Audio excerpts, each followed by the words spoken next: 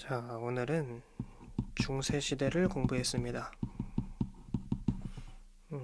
이 중세 시대는 저번 시간에 공부했던 교부 시대 다음에 시대가 중세 시대입니다. 보통은 이 451년 칼케돈 공의회를 기점으로 중세 시대의 시작을 이렇게 구본짓곤 하는데, 근데 이 중세 시대의 시작을 언제로 봐야 될 것이냐? 여러 가지 견해가 있어요. 어떻게 딱 하나로 단정 지을 수 있는 성격이 아니라서, 뭐 410년 로마가 함락된 것, 이것을 기준으로 보는 학자도 있고요.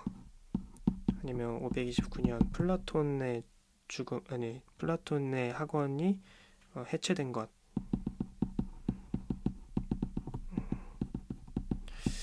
이제 이걸 기준으로 보는 학자도 있고요. 근데 이제 전통적으로는 칼케돈 공예를 기준으로 하는 경향이 있는 것 같아요. 근데 이제 이걸 기준으로 했을 때 어떤 문제가 생기냐면은 그러니까 서방 교회는 이게 잘 들어맞는데 동방 교회랑 맞물리지 않아요.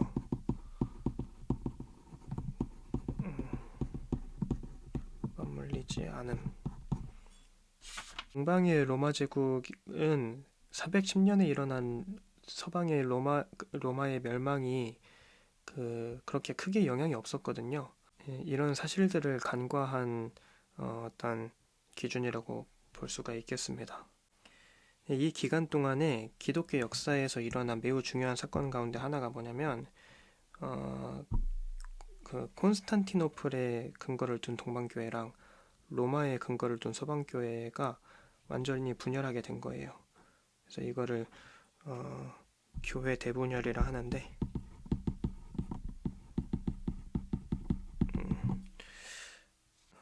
정확한 날짜는 모르겠지만 보통 1054년이 이제 명확하게 동방과 서방이 딱 나눠진 때로 봐요. 근데 이 동방 서방의 지도자들 간에 갈등이 계속 있어 왔는데, 특별히 필리오케 논쟁이라고 하는 것, 필리오케 논쟁, 성령이 성부와 성자에게서 나오는 것이냐, 성부에게서만 나오는 것이냐, 이 문제로도 그들은 목숨 걸고 싸웠고, 그리고 어떤 정치적인 대립 이런 것도 있었고,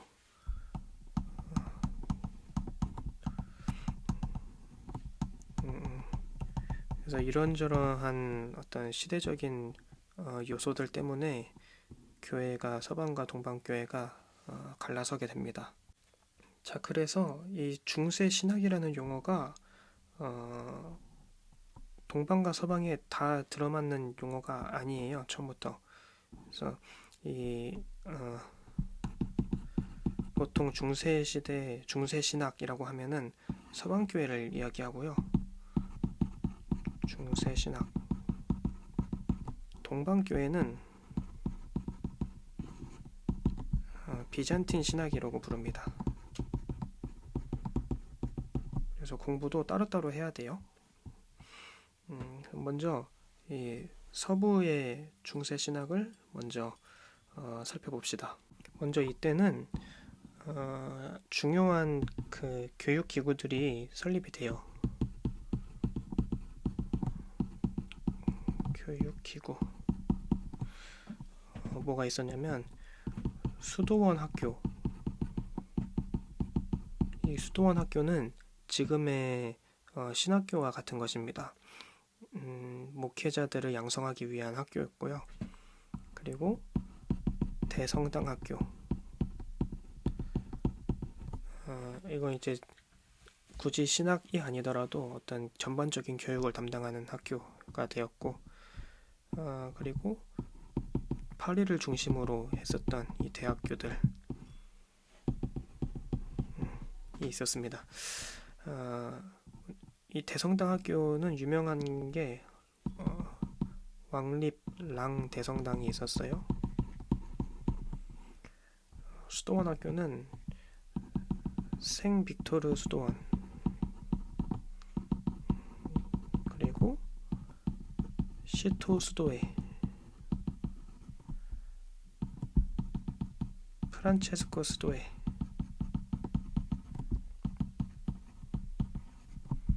그리고 도미니크 수도회 등이 있었습니다. 이제 우리에게 익숙한 몇 명의 사상가들, 예를 들어 둔스 스코투스나, 아이고, 스코투스, 그리고 오카메 윌리엄, 이런 사람들이 프란체스코 수도회의 어떤 출신이라고 해야 될까요? 영향을 받았고, 또 토마스 아퀴나스는 도미니크 수도회의 신학에 영향을 받았습니다. 그래요. 그리고 대학교는 이 소르본 대학, 나중엔 이 소르본 대학이라는 게 파리 전역의 대학교들을 지칭하는 용어가 되기도 합니다. 당대 철학과 신학을 교육하는 아주 중요한 기구가 돼요. 우리에게 익숙한 사람으로는 에라스무스, 그리고 장 칼뱅, 또 이 출신입니다.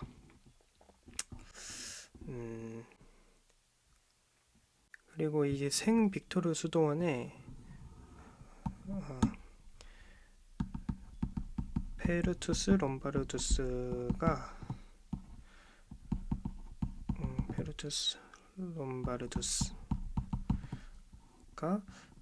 집필한 책이 있어요. 중요한 책, 네 권의 명제집.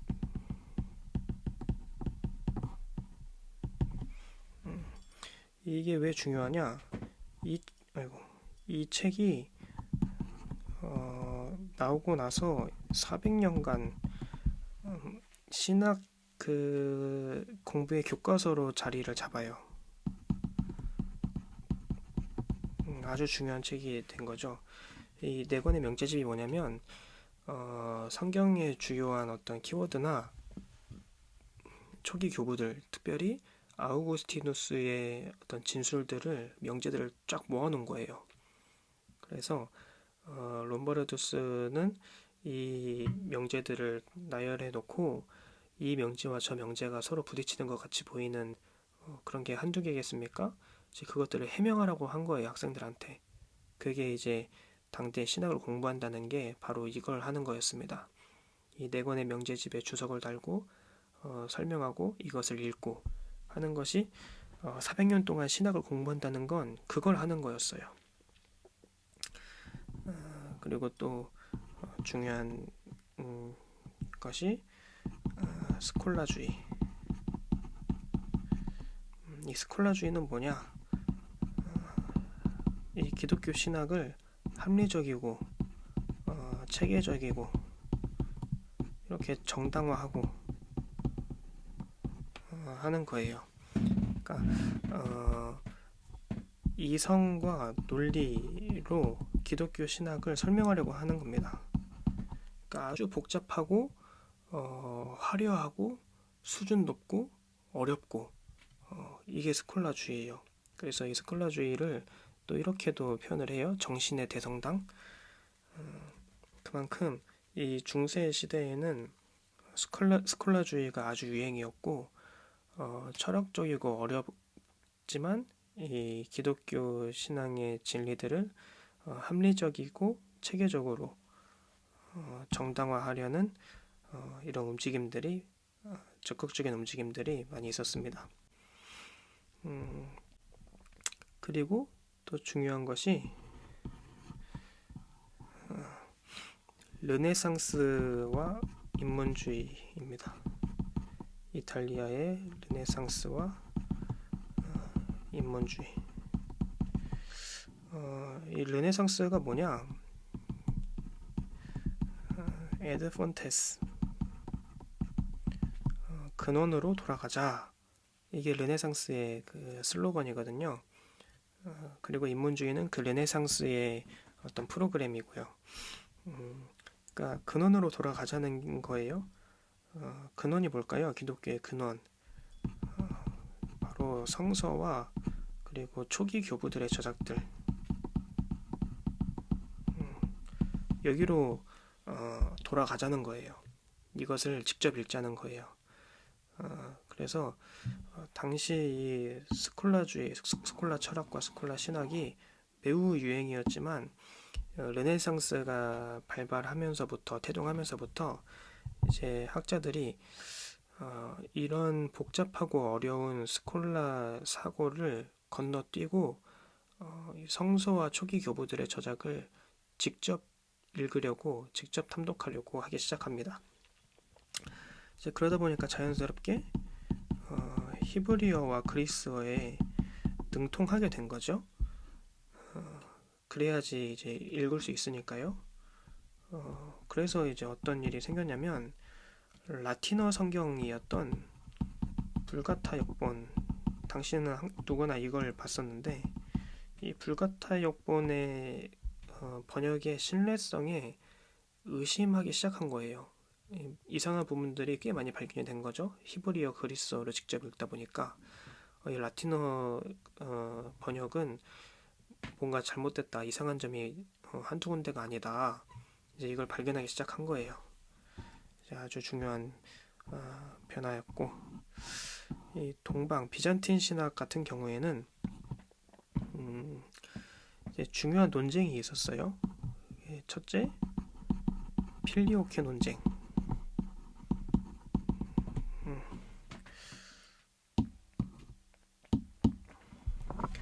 그러니까 성령께서는 성부와 성자에게서 나오는 것이냐 아니면 성부에게서만 나오는 것이냐. 서방교회 같은 경우에는 성부와 성자에게서 나온다 그랬고 동방교회는 성부에게서만 나온다고 했습니다. 그리고 필리오키 논쟁도 그렇고 이 연옥교리가 서방교회에서는 연옥교리를 가르쳤는데 동방교회는 이게 마음에 들지 않았어요. 그리고 그뿐만이 아니고 또 정치 문화적인 어떤 문제들 때문에 이 동방교회는 이 중세 신학과 다르다는 것을 표명하기 시작합니다. 이 비잔틴 신학의 특징은 뭐냐면 신학에 체계화에 관심이 그다지 없었어요. 그러니까 체계적으로 구조를 정리하고 이렇게 쌓아 올리려고 하는 경향보다는 변증적인 경향이 훨씬 강했습니다.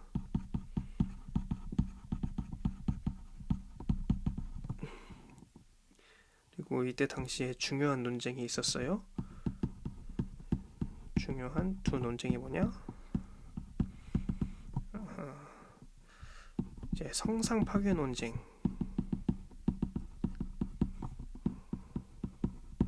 그리고 헤시카시즘입니다.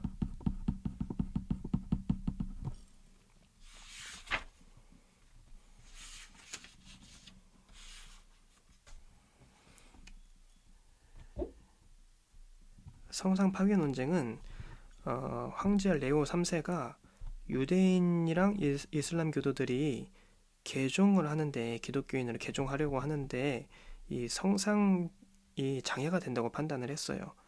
그래서 성상들을 파괴하도록 지시한 겁니다. 근데 이 일에 맞서서 이 성상을 파괴하는 것이 옳으냐 옳지 않느냐의 논쟁이 시작이 된 거예요. 이 논쟁의 쟁점은 뭐냐면은 하나님의 형상을 모양으로 이렇게 나타내는 것을 성육신 교리가 어디까지 정당할 수 있느냐, 이것입니다. 그러니까 하나님께서 물질을 입고서 이 땅에 오셨잖아요. 그래서 어떤 이는 그렇기 때문에 하나님께서는 자신을 드러내시기를 좋아하시는 분이다. 그래서 성상은 만들어도 된다. 이렇게 말하는 사람도 있었고, 또 누구는 하나님은 어떤 모양으로도 만들어서는 안 된다. 이렇게 주장하는 사람도 있었고, 이렇게 다투기도 했지만 이제 이 알리스터 맥그레스 선생님은 이 논쟁의 성격이 굉장히 다분히 정치적이었다. 그렇게 평가를 해요. 그리고 이 헤시카시즘은 뭐냐? 헤시카시즘은 신자들이 육체적인 훈련을 통해서 자기의 눈으로 신성한 빛을 볼 수 있게 해주는 명상 방법을 가르치던 것이었습니다. 하나님을 직접 뵙는 수단으로 이 명상, 내적 고요 속에 들어가는 명상의 관념을 크게 강조하는 어떤 그런 운동이었어요. 특별히 이제 신신학자 시메온이 주요한 사상가였고요. 이것을 옹호하는 이 비잔틴 신학은 그 콘스탄티노플이 터키의 이슬람 군대에게 함락된 1453년에 끝나게 됩니다. 그래서 이 비잔티움의 멸망과 함께 정교회의 지적이고 정치적인 지도자들이 대부분 러시아 쪽으로 넘어가게 돼요. 그렇게 해서 비잔틴 신학은 끝이 나게 됩니다. 예, 주요한 신학자들이 누가 있을까요? 먼저 주요한 신학자들.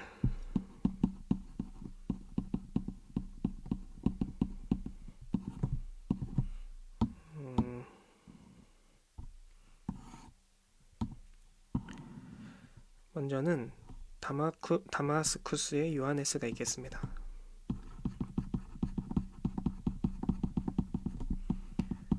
요하네스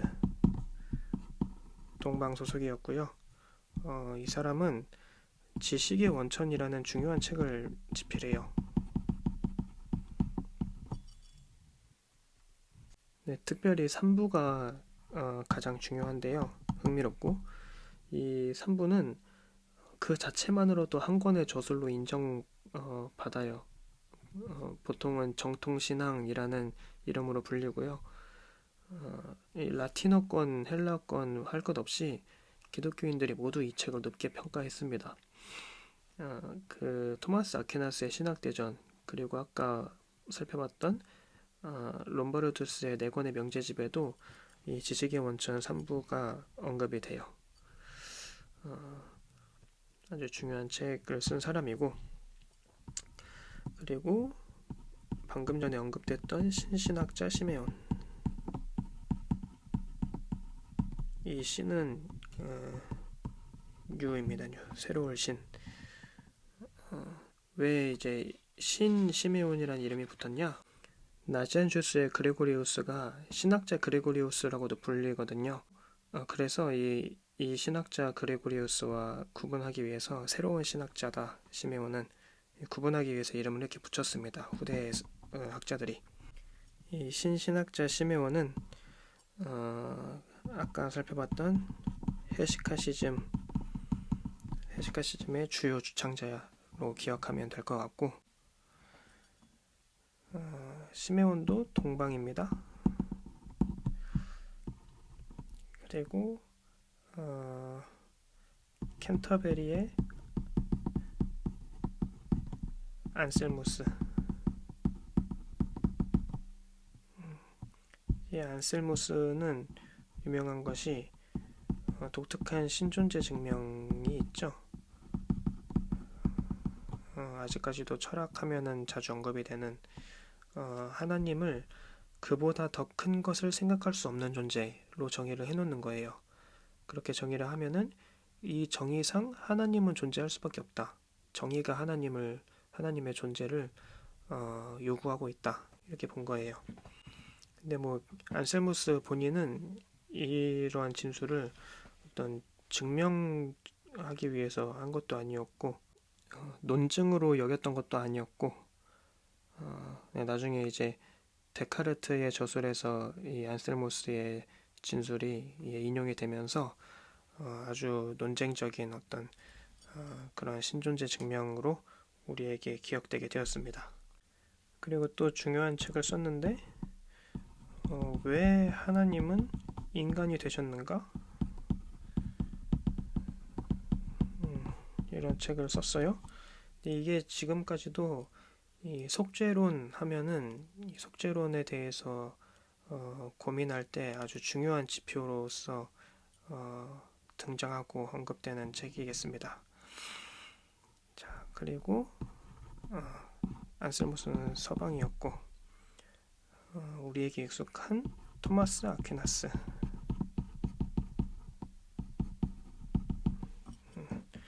토마스 아퀴나스는 신학대전을 쓴 사람이죠. 신학대전은 지금까지도 기독교 가장 영향력 있는 책 중에 하나입니다. 이 신학대전에는 흔히 이제 5가지 길이라고 불리는 신존재 증명 방법 5가지 방법론이 제시가 돼요. 근데 나중에 또 살펴보기로 하고, 그리고 또 피조물을 통해서 하나님을 인식하는 어떤 이 자연신학의 기초를 제공하는 일반 계시의 기초를 제공하는 어떤 유비의 원리가 여기 담겨 있고요. 그리고 신앙과 이성의 관계, 이것을 확립하였던 이게 토마스 아퀴나스라고 볼 수 있겠습니다. 그리고 둔스 스코투스. 둔스 스코투스는 주의설을 옹호했어요. 주의설이 뭐냐? 신적인 의지가 신적인 지성보다 우선하는가 아니면 따라오는가? 신적인 의지랑 신적인 지성 둘 중에 뭐가 먼저고 뭐가 나중이냐? 이거예요. 그러니까 공로 개념이 있잖아요. 근데 하나님의 상을 받을 자격으로서의 인간의 도덕적 행위라는 이 개념이 신적 지성이 인간의 도덕적인 행위의 그 가치를 알아보는 것인가? 신적 지성은 신적인 의지에게 인간의 도덕 행위에 적합한 상을 주라고 알려주는 것인가? 근데 이제 스코투스는 이 도덕 행위를 보상하려는 신적인 의지는 그 도덕 행위의 고유한 가치에 대한 평가가 있기 전에 먼저 이루어진다고 봤어요. 그러니까 신적인 의지가 신적인 지성보다 우선하는 것으로 본 거예요. 이걸 주의설이라고 하는데 좀 어려워요. 헷갈리고 이거 나중에 보기로 하고, 이 견해가 나중에 칭의나 예정의 교리들이랑 관련해서 매우 중요해지게 됩니다. 또 조명설, 그러니까 하나님께서 조명하셔야지 뭐 알 수 있다 이런 거, 이걸 비판해요. 그리고 마리아의 무흠수태, 이걸 주장한 사람입니다.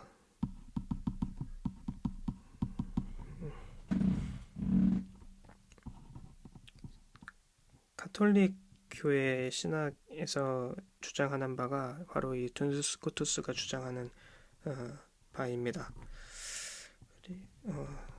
서방이고, 또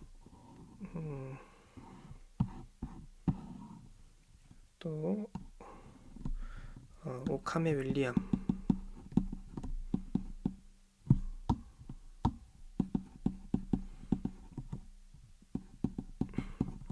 우리에게 오카메 멘도날로 유명하죠.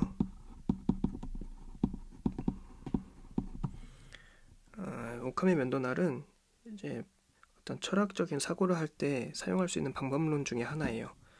쓸모없는 것들을 다 쳐내자, 가지치기 하자, 이게 오카메 멘도날이고, 이는 유명론을 옹호했던 것으로 유명합니다. 유명한 유명론자였어요. 그리고 로테르담의 에라스무스. 이 사람은 독특한 사람이에요. 한마디로 출판업의 대부라고 볼 수 있겠어요. 이 사람을 통해서 이제 최초의 헬러 성경이 출판됩니다.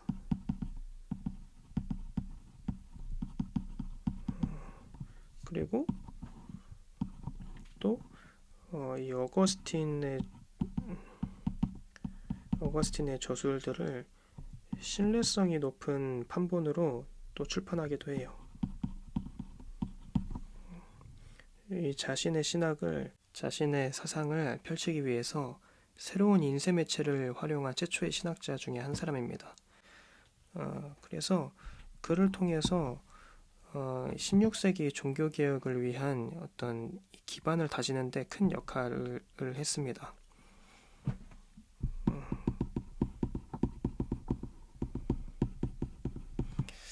네. 재밌는 사실은 이 오캄의 윌리엄의 오캄을 따서 오캄의 면도날이라고 하잖아요. 근데 이 오캄은 이름이 아니에요. 이름이 아니고 이름은 윌리엄입니다. 오캄은 윌리엄의 출신지를 의미해요. 그리고 토마스 아퀴나스도 그거 같아요. 이름은 토마스고요. 아퀴나스는 아퀴노 지역의 사람이란 뜻입니다. 아퀴나스. 근데 우린 이름처럼 부르죠. 아퀴나스를. 그리고 정말 재밌는 게 둔스 스코투스는 둔스도 이름이 아니고 스코투스도 이름이 아니에요.